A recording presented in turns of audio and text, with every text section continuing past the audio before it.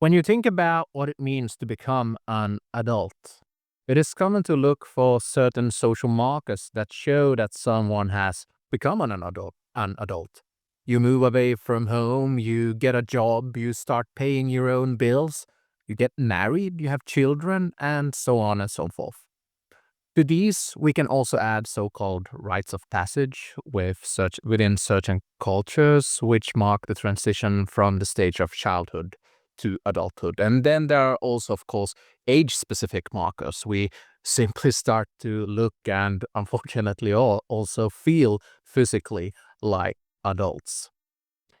These social, cultural, and age-specific markers lay the foundation for how we identify someone as an adult. However, this is not all there is to adulthood. We have all probably come across individuals who tick off several of these markers, but who nevertheless seem to have remained in a kind of infantile state. In psychology, you can make a difference between a physical age and a person's emotional age. Accordingly, someone may have reached adulthood without showing evidence of achieving emotional adulthood. Here we have people who act like children, in that they, for example, have difficulty controlling their emotions, blame others for their mistakes, they engage in name calling, are impulsive, need attention, bully, and are egocentric. When we come across people who act in one or more of these ways, it's not unreasonable for us to think that that person should really grow up. This lecture will be about adulthood, specifically why and how higher education can contribute to students' adulthood. As I will argue, fundamentally, adulthood is about more than the social, cultural, and age-specific markers that we normally associate with an adult. Adulthood involves something deeper.